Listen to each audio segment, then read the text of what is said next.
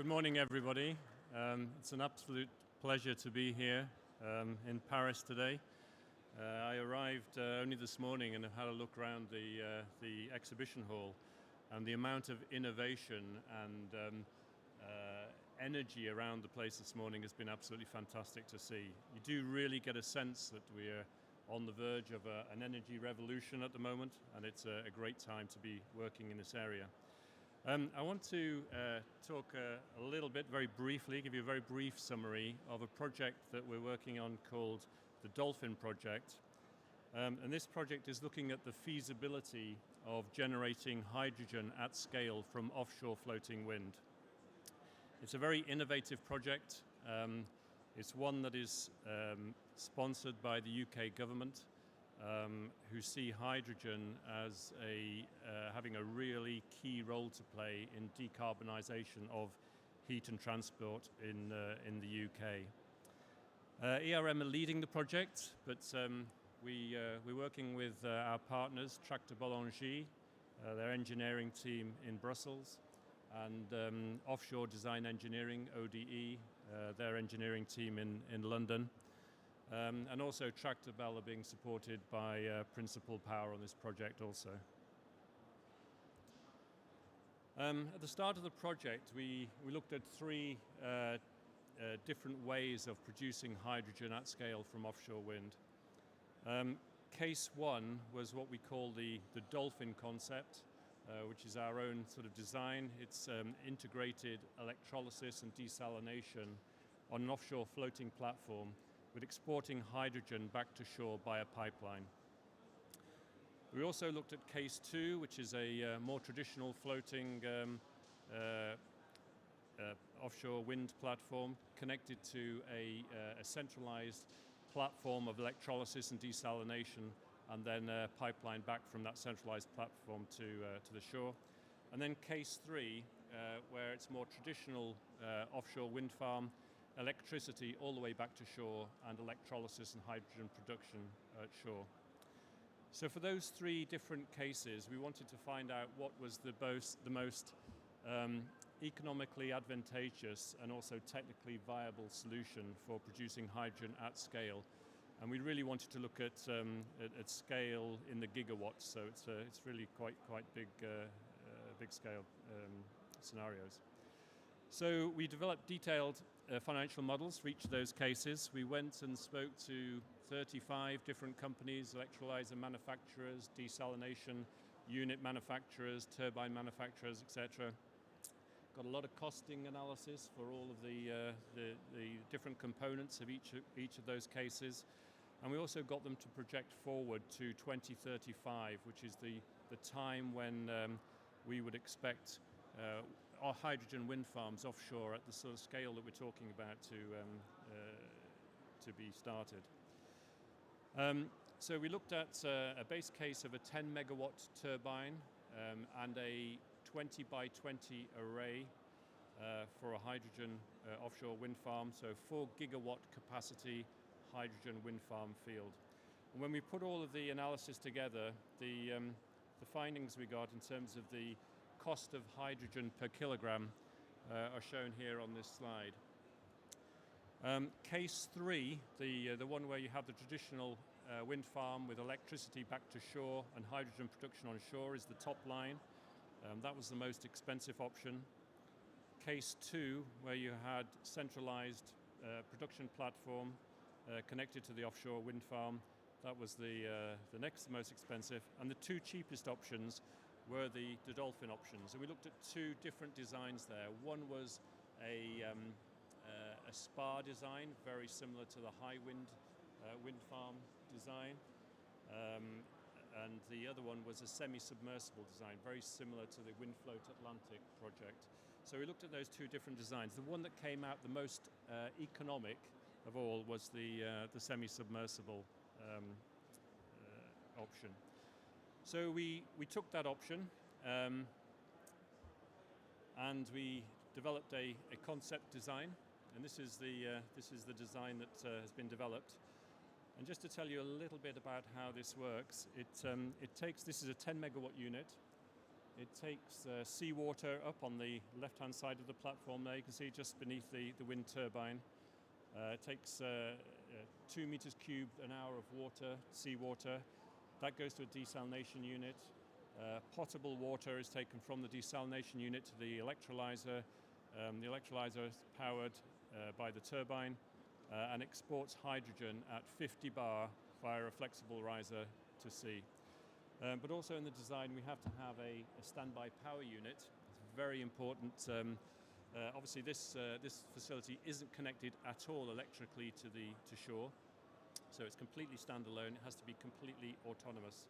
So we've developed a standby power unit which is powered by hydrogen. The hydrogen, if in the event of low wind or the wind speed being too high and the turbine not operating, the hydrogen is used to power a fuel cell, and the fuel cell is linked to a lithium-ion battery, and that provides enough standby power to keep the electrolyzer in standby mode and also restart the turbine when wind conditions pick up. So the substructure in this particular design is very similar to the one developed by Principal Power on Windfloat Atlantic. So we know that substructure has been tested in real-world conditions, very large wave heights, and performed very, very well. We also know that the turbine, in conjunction with that subsea structure, has performed very well as well. So we've got very high level of confidence on the substructure and the turbine. What we've just done is put a deck onto that platform and put the electrolysis kit onto it. So we've taken that design, we've done a whole range of feed development studies, so a list of studies, safety studies, ram analysis, movement studies, mooring studies, and developed a full suite of drawings. So we have a set of P&IDs, PFDs, layout drawings and electrical drawings for the design as we have it. Just a couple of the drawings there that show you how the project has progressed. And we're now going to take that design and we're entering a 15-month period of detailed design. And so we'll be addressing a couple of technical issues that we've had, one of which has been wave height. We've raised the deck level by about 3 meters on the design at the moment, just to make sure that you don't get any wave impacts on the equipment that's on the decks. Also, we had a technical issue to do with the electrolyzers due to the slight motion that we get on the installation. It is only slight. The installation is very stable, but it's important that when we actually get the electrolyzers out there, that they can cope with the amount of movement that is there. And also on the standby unit, we've had a lot of discussion and rework of the design of the standby power unit to make sure that even in the worst case conditions where you have a period of days without wind, that you're still able to produce the amount of power needed to keep the platform live. So we'll be working on that for the next 15 months. We will then be making a final investment decision on a 2 megawatt prototype, and that will then be built and that will be operated offshore in the UK. Looking to the construction process for the prototype, there's 6 steps that we would need to go through. So we need to procure the long lead items first. Some of these items have long lead times of over a year, so very important that we procure those early. So that'll be the turbine, the substructure, and the electrolyzer. The substructure will be most likely constructed in a yard in northern Spain. We would then intend to sail that up to Dundee. In Dundee, we will install the turbine and the topsides, and at the same time, we'll be installing the mooring and the pipeline at the chosen location. And then when we've done all the testing in port, the installation will be sailed to the location, hooked up to the moorings and the pipeline, and then operation will be started.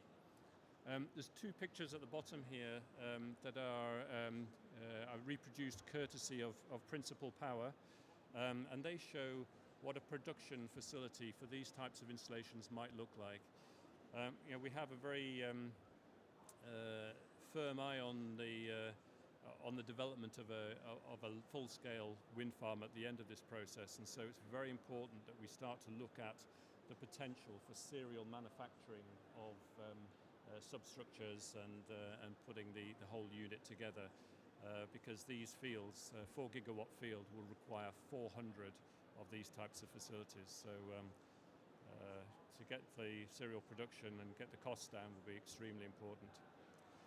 In terms of the development plan for Dolphyn, the 2 megawatt prototype will be installed either off the east coast of Orkney or at a location between Aberdeen and Peterhead in Scotland. It'll have a capex cost of about £16 million, and we're hoping to get it installed in the water in the summer of 2023, and that'll produce 180 tons of hydrogen a year. We'll very quickly follow that by a 10 megawatt pre-commercial facility. That'll be a 40 million capex and installed in 2026. And then we're targeting the first offshore hydrogen wind farm, 100 megawatt wind farm, so that would be 10 lots of 10 turbines for 2032, and then the first full-scale 4 gigawatt capacity wind farm in 2037. And that full capacity wind farm would have a capex of £12 billion, so it's a massive undertaking. It'll produce 360,000 tons of hydrogen a year, enough to fuel over 1.5 million homes in the UK.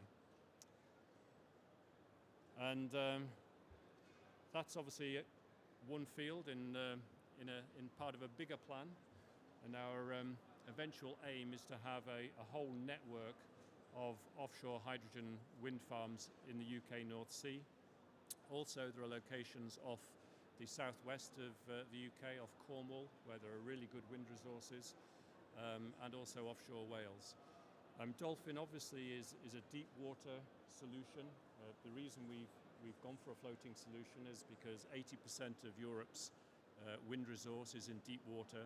So if you're going to scale, if you're going to generate the level of hydrogen to eventually replace fossil fuels, then you have to have a massive amount of wind resource to enable you to do that. So just in summary, I think the project is really exciting, certainly very exciting for me. ERM is right behind it, as are our partners. We do feel that it's the most economical way of producing green hydrogen at scale. We've got a very accelerated development plan. We're going to try and move this forward as quickly as possible. And if it goes to plan and we don't have any hiccups, which I know won't happen, but if it did, it would be great. We should be producing hydrogen at scale in the mid-2030s. And by 2065, we could actually be producing 50% of the hydrogen needed to, 50% of the energy needed to replace natural gas by the mid-2060s. If you progress that forward to 2080s, then the UK could be solely self-sufficient and have hydrogen completely replacing fossil fuels by that date. Massive investment required, lots of challenges, lots of engineering, and these are just the offshore part, of course. There's also the onshore, having the gas grid able to take hydrogen, and all of the projects that are going on in the UK with that at the moment are intensifying and are looking very positive, I have to say. So very exciting time, very innovative approach, but something that we see a lot of interest in and a lot of momentum is getting behind. And of course, it's applicable to the UK and the North Sea, but it's also applicable to other European countries as well, anywhere that's got deep water offshore wind resource. Okay, thank you very much.